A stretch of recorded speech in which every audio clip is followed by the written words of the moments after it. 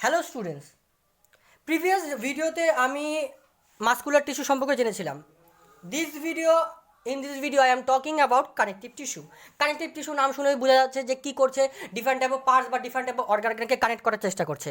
They are three types, one is connective tissue proper, second is skeletal tissue and third is fluid connective tissue. আমরা এই ভিডিওতে আমরা connective tissue proper সম্পর্কে দেখব। Connective tissue proper কি? Connective tissue প্রপারকে আমরা তিন ভাগে ভাগ করি। এটা বলে রাখি যে এই tissue connects muscle to bones, bones to other bones or give support to the filling spaces. তার মানে কি এই টিস্যুগুলো কি করে? It conduct muscle to bones, bone to other bone and give support to the filling of the spaces. তার মানে কি এই filling of the spaces support করার চেষ্টা করে, বোন টু বোন কানেক্ট করার চেষ্টা করে, আবার মাসেল টু বোন কানেক্ট করার চেষ্টা করে। পরবর্তীকালে আমরা দেখবো। তাহলে কানেকটিভ টিস্যু প্রপারের এক নাম্বার ভাগ কি? এক নাম্বার টাইপস কি? এক নাম্বার টাইপস হলো অ্যারিওলার টিস্যু। অ্যারিওলার টিস্যু নাম শুনে বোঝা যাচ্ছে কিছু কমন? অ্যারিওলার মানে এয়ার স্পেস দখল করে। এই টিস্যুগুলো এয়ার স্পেস দখল করে, এই জন্য এই টিস্যুগুলোকে অ্যারিওলার টিস্যু বলা হয়। এর আরেক নাম loose connective tissue. Loose, LOOAC, loose connective tissue. Okay. Second is fibrous tissue. Second is fibrous tissue, and the third is adipose tissue. Okay. তাহলে আমরা ওয়ান বাই ওয়ান সেটাকে ডিসকাস করি। অ্যারিওলার টিস্যু কি? অ্যারিওলার টিস্যু হলো এমন একটা tissue যেটা আমাদের বডির বিভিন্ন পার্টসে কিন্তু ডিস্ট্রিবিউটেড থাকে। তার মানে কি এই টিস্যু অনেক ধরনের হতে পারে। তার মানে কি এই টিস্যুগুলো আমরা কোথায় দেখব? আর এই টিস্যুগুলো মানতে হবে এটা খুব সিম্পলেস্ট টিস্যু। কানেকটিভ টিস্যু প্রপারের মধ্যে এটা খুব সিম্পলেস্ট টিস্যু। তাহলে আমরা কি বলবো? It is the simplest tissue and most widely distributed. It is the simplest tissue and most widely distributed connective tissue. তাহলে আমরা কোথায় দেখব এটা? It joint skin to muscles, skin থেকে মাসেলসের মধ্যে জয়েন করে and fill spaces inside the অর্গানের মধ্যে। আমি যদি হলো বোন পার্টটা দেখি, মাঝখানের যে স্পেসটা আছে ওটার মধ্যে আমরা কানেক্ট করার চেষ্টা করবো। অ্যারিওলার, এয়ার কথা থেকে অ্যারিওলার আছে, মানে এই টিস্যুগুলোর যে স্পেসগুলো আছে ওই স্পেসগুলোকে দখল করার চেষ্টা করে, ওই স্পেসগুলোকে ভরাট করার চেষ্টা করে। এই জন্য এরা ওয়াইডলি ডিস্ট্রিবিউটেড থাকে আমাদের বডি পার্টসের মধ্যে। ঠিক আছে, এটা ওয়াইডলি ডিস্ট্রিবিউটেড থাকে আমাদের বডি পার্টসের মধ্যে। এর মেন ফাংশন কি? এর মেন ফাংশন হলো act as a supporting tissue বা প্যাকিং টিস্যু।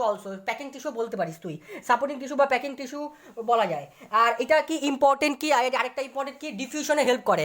অক্সিজেনের ডিফিউশন হয়, একটা হায়ার কনসেন্ট্রেশন থেকে লোয়ার কনসেন্ট্রেশন যায়, এটাতে এই টিস্যুগুলো হেল্প করে, কারণ এই টিস্যুগুলো খুব সিম্পলেস্ট টিস্যুর মধ্যে পড়ে।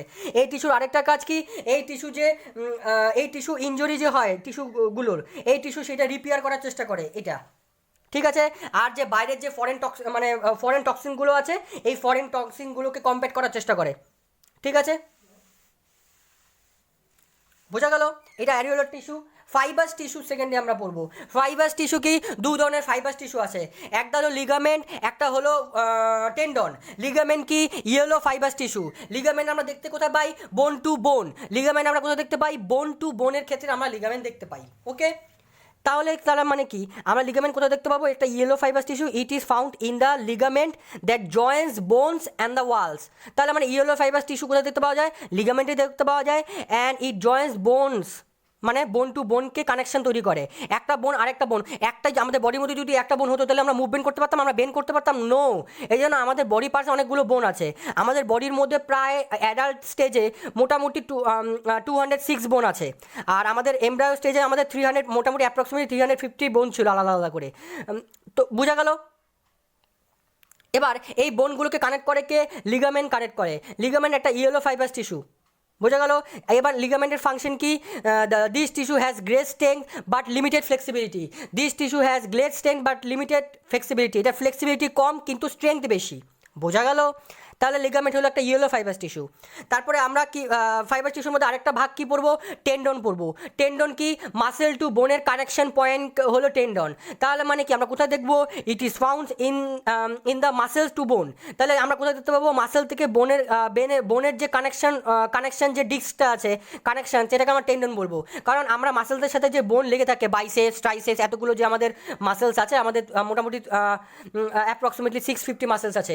এই 650 মাসেলসগুলো কী করে, এই বোনের সাথে অ্যাটাচ হওয়ার চেষ্টা করে। তাহলে কার সাথে অ্যাটাচ হবে, কার সাহায্যে অ্যাটাচ হবে, হোয়াইট ফাইবাস টিস্যু অর্থাৎ টেন্ডনের সাথে অ্যাটাচ হয়।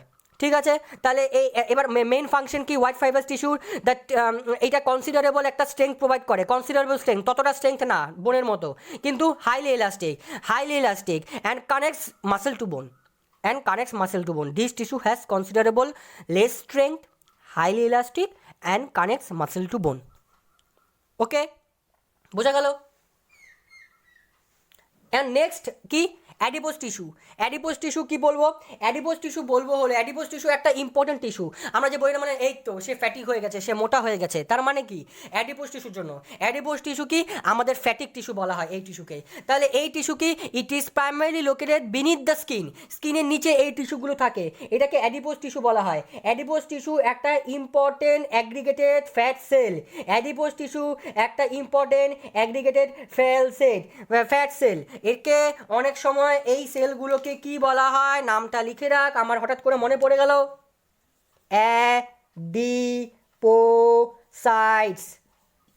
অ্যাডিপোসাইট সেল। এই সেলগুলোকে বলা হয় অ্যাডিপোসাইট সেল, কারণ অ্যাডিপোজ টিস্যু মানে ফ্যাট এই সেলগুলোতে স্টোর থাকে। তাহলে এটা কিরকম দেখতে, মোটামুটি রাউন্ডেড হয়, ওভাল হয়, বোঝা গেল। ড্রপলেটের মধ্যে দেখতে হয়, ছোটো ছোটো ড্রপলেট হয়, ওরকম ড্রপলেটের মধ্যে দেখতে হয়, বোঝা গেল।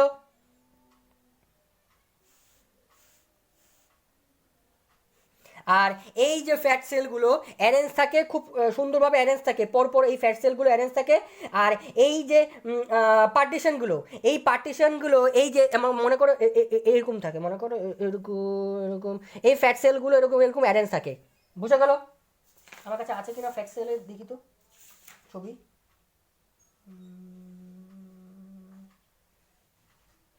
না, এটা মেন ফ্যাট সেলের কোনো ছবি আমার কাছে এখন এই মুহূর্তে নেই।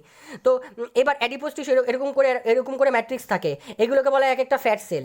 ঠিক আছে, এই ফ্যাট সেলগুলো কি করবে, এই ফ্যাট সেলগুলো একটা ইম্পর্টেন্ট ব্যাপার আছে, এই যে ফ্যাট সেলগুলো যে অ্যারেঞ্জ থাকে, এইটার সেপারেট থাকে কি, একটা পার্টিশন দ্বারা সেপারেট থাকে, এই একটা পার্টিশন দ্বারা সেপারেট থাকে। এই পার্টিশন দুটো ইম্পর্টেন্ট প্রোটিন দিয়ে তৈরি হয়, একটা কোলাজেন প্রোটিন, একটা ইলাস্টিন প্রোটিন। কারণ এই প্রোটিনগুলো একটার সাথে আরেকটা যাতে না লেগে যায়, এই জন্য সেপারেট থাকে, পার্টিশন থাকে, একটা পার্টিশন করে মানে কি আলাদা করে দেয়। আর এই সেলগুলো কিন্তু ব্লাড ভেসেলস ক্যারি করে। ওকে, আর এই অ্যাডিপোজ টিস্যুর মধ্যে কিন্তু ফ্যাট স্টোর থাকে। তাহলে এবার অ্যাডিপোজ টিস্যু ফ্যাট স্টোর থাকে কি, তাহলে ফ্যাট একটা মারাত্মক এনার্জির আমাদের রিসোর্সমেন্ট হিসেবে কাজে লাগে, কারণ ফ্যাট প্রচুর পরিমাণে ব্রেকডাউন করে এনার্জি। তাহলে আমরা কি বলবো, ফাংশন কি বলবো, it's main function is to store energy, কারণ ফ্যাট একটা ইম্পর্টেন্ট এনার্জি, ব্রেকডাউন করলে প্রচুর এনার্জি পাবো in the form of fat. তাহলে it's main function is to store energy in the form of fat. তারপরে এটা মানে কুশনের জন্য রেসপন্সিবল। তাহলে it also cushion and insulates the body and provides extra protection, okay, to the organs. It also cushions, insulate to the body and provides extra protection two the organs, বোঝা গেল adipose টিস্যুর ফাংশনগুলো। তারপর adipose tissue কী করে, আর এটা কী করবে, limbs আছে, যে আমাদের যে লিম্বগুলো আছে, আমাদের বডির লিম্ব, এই লিম্বগুলোকে একটা এক্সট্রা শেপ প্রোভাইড করে, এনার্জি হিসেবে কাজ করে, শক রিজর্ভার হিসেবে কাজ করে, ইনসুলেটেড হিসেবে কাজ করে। তারপরে কি, যেহেতু কি বলবো এটা, মানে হ্যাঁ, being a poor conductor of heat, it reduces the heat loss of the body being a food conductor of heat, it reduces heat loss from the body. তার মানে কি, এই অ্যাডিপোজ টিস্যু যদি লিমিট থাকে, অ্যাডিপোজ টিস্যু বেশি থাকলে আমরা fatigue হয়ে যাবো, মোটা হয়ে যাবো, কিন্তু অ্যাডিপোজ টিস্যু যদি লিমিট থাকে, তাহলে অ্যাডিপোজ টিস্যু কিন্তু খুব ভালো আমাদের বডির মধ্যে কাজ করে, খুব ইম্পর্টেন্ট কাজ করে।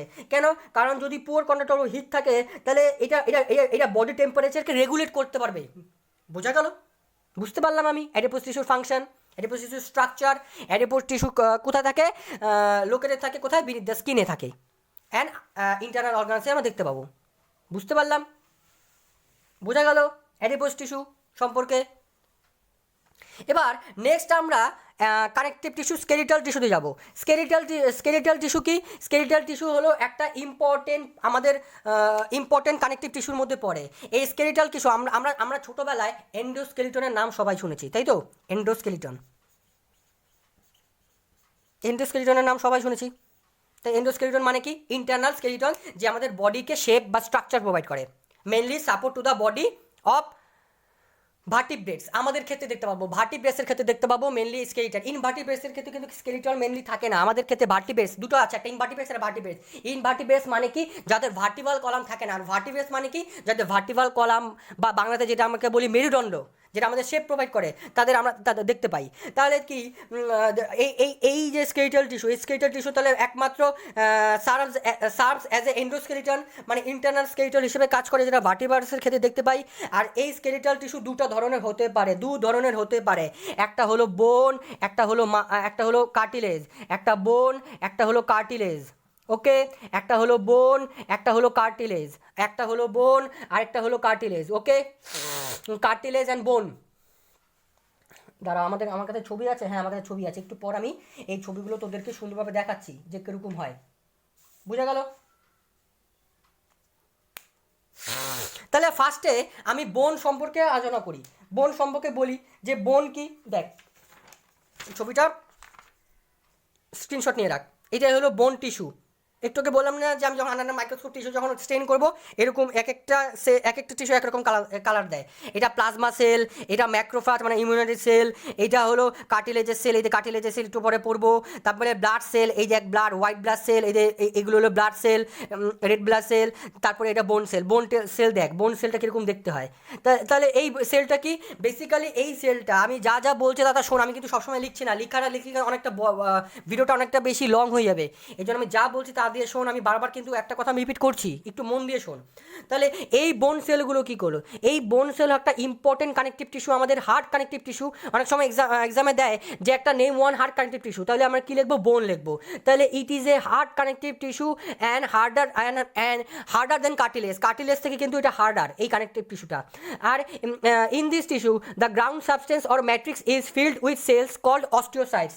মেনলি অস্টিওসাইট দেখতে পাওয়া যায়। তোদের বইতে অস্টিওসাইটস কথাটাই আমি দেখতে পাচ্ছি, কিন্তু মেনলি অস্টিওসাইটসের সাথে সাথে তিনটে আলাদা আলাদা সেল দেখা যায়। একটা অস্টিওসাইটস লিখে নে, একটা অস্টিওসাইটস লিখে নে, একটা অস্টিওসাইটস, একটা অস্টিওব্লাস্ট, একটা অস্টিওক্লাস্ট। বোঝা গেল? এই তিনটা সেলকে আমরা দেখতে পাই। এখানে তাকা, এদিকে তাকা। অস্টিওসাইটস, অস্টিওব্লাস্ট, অস্টিওক্লাস্ট, এই তিনটা সেলকে আমরা বোনের ক্ষেত্রে দেখতে পাই ম্যাট্রিক্সের মধ্যে। তাহলে আর কি করবে? তাহলে কি বলবো আমরা? কি বলবো? ইন দিস দাঁড়া, হ্যাঁ, এটা হলো হার্ডার দেন কার্টিলেজ, এটা কার্টিলেজ। তারপরে in this tissue the ground substance or matrix is filled up with many cells like osteocytes, osteoclast and osteoblast and various inorganic compounds. প্রচুর পরিমাণে ইনঅর্গানিক কম্পাউন্ড থাকে, প্রচুর পরিমাণে ইসে থাকতে পারে, ক্যালসিয়াম, ফসফরাস প্রচুর পরিমাণে থাকতে পারে। অ্যান্ড কি বলবো? আর কি বলবো? এবার যদি এদিকে তাকা, তাহলে এদিকে তাকা। This tissue makes the bone strong and hard. এই টিস্যুগুলো বোনকে স্ট্রং করে, হার্ড করে। আর এই যে ম্যাট্রিক্সটা, এই matrix is arrange in the form of continuous layer of sheet. Continuous layer দ্বারা শিট থাকে। আর একটা সেন্ট্রাল ক্যানাল থাকে। এই যে সেন্ট্রাল ক্যানালটা আমি দেখতে পাচ্ছি, এই সেন্ট্রাল ক্যানালটা খুব ইম্পর্টেন্ট, পরীক্ষার সময় দেয়। এটাকে বলা হয় হেভেরশিয়ান ক্যানাল। হেভেরশিয়ান ক্যানাল, এই ক্যানালটাকে বলা হয় হেভেরশিয়ান ক্যানাল। তাহলে কি বলবো? The matrix is arranged in the form of concentric layers. একটা কনসেন্ট্রিক লেয়ার্স থাকে, রিং লাইক স্ট্রাকচার মতো লেয়ারগুলো দেখতে পাওয়া যায়। একটা সেন্ট্রাল ক্যানাল থাকে, রিং লাইক স্ট্রাকচার, মাঝখানে একটা সেন্ট্রাল ক্যানাল তৈরি করে, এটাকে বলে হেভেরশিয়ান ক্যানাল। আর একটা সবসময় বোন আমি হলও দেখতে পারবো, মানে মাঝখানে ফাঁপা জায়গা কী থাকে? যেটা আমরা চিকেন বা মাটনে খুব টেস্ট মনে করি, তাহলে বোন ম্যারো। এই বোন ম্যারোটা খুব রিচলি প্রোটিন দিয়ে দিয়ে তৈরি হয়, খুব ইম্পর্টেন্ট প্রোটিন দিয়ে তৈরি হয়, আর ইম্পর্টেন্ট কিন্তু কেমিক্যাল জিনিস থাকে, ঠিক আছে। এটা টেস্ট খেতে খুব আমাদের বলি যে খুব টেস্ট খেতে, কেন? কারণ এর মধ্যে প্রচুর পরিমাণে প্রোটিন রিসোর্স থাকে। এবার আর কি থাকে? ব্লাড ভেসেলস থাকে। এই যে বোন ম্যারো যে আমরা বলছি ফাঁপা জায়গাটা, তার মানে কি আমি যদি একটা বোন ড্র করি, এরকম যদি একটা বোন ড্র করি, তাহলে এই বোনের ফাঁকা জায়গা কেটে দিলে এরকম ফাঁকা জায়গা দেখতে পারো, মাঝখানে ফাঁকা জায়গা বোন ম্যারো থাকে। এই বোন ম্যারোটা কি তৈরি করে? দুটো ইম্পর্টেন্ট ব্লাড সেল তৈরি করে, একটা আরবিসি মানে রেড ব্লাড সেলস, একটা হোয়াইট ব্লাড সেলস মানে ডাব্লিউবিসি, ঠিক আছে। এই বোন ম্যারো থেকে দুটো ইম্পর্টেন্ট সেল তৈরি হয়, বোঝা গেল? বোন, তাহলে বোন হলো একটা হার্ডার টিস্যু। বোনের মাঝখানে একটা হেভেসিয়ানাল ক্যানাল থাকে, যেটা একটা সেন্ট্রাল ক্যানাল, যেটা একটা ম্যাট্রিক্সের কনসেন্ট্রিক লেয়ার দিয়ে তৈরি হয়। এবার বোনের মাঝখানে যে ফাঁকা জায়গাটা, হলো জায়গাটা, তার মধ্যে বোন ম্যারো থাকে। Bone marrow red blood cell আর হোয়াইট ব্লাড সেল তৈরি করে। এবার বোন কি করে? সাপোর্ট কি করে? বোন supports the body and help in the movement of the বডির পার্টস। বোন supports the body and help in the movement of body parts. বোঝা গেল? তাহলে বোন আমরা কোথায় কোথায় দেখতে পাবো? বোঝা গেল? আমরা ছবির মধ্যে এই বোনের স্ট্রাকচারটা কিন্তু ছবিটা নিয়ে নেই, খুব দেখতে ইম্পর্টেন্ট কিন্তু এই বোনের স্ট্রাকচারটা। এটাকে এই যে কনসেন্ট্রিক, এটা বোঝা যাচ্ছে না? এটা একটা সিঙ্গেল লেয়ার, এখানে কনসেন্ট্রিক লেয়ার থাকে, এই লেয়ারগুলো খুব ইম্পর্টেন্ট। বোঝা গেল? এই যে ক্যানালটা, এটা ক্যানাল তৈরি হয়। আর এই যে বাইরের যে লেয়ারটা, এটাকে বলা হয় হেভেরশিয়ান সিস্টেম। বুঝতে পারলাম? আর মাঝখানে ম্যাট্রিক্স দেখতে পাচ্ছি, ঠিক আছে। বোঝা গেল? এই ম্যাট্রিক্সটা কিন্তু ডিফারেন্ট টাইপ অফ সেল দিয়ে আর ইনঅর্গানিক কম্পাউন্ড দিয়ে তৈরি হয়। ওকে, এর পরের ভিডিওতে আমরা কার্টিলেজটা শুরু করব, ঠিক আছে। Thank you.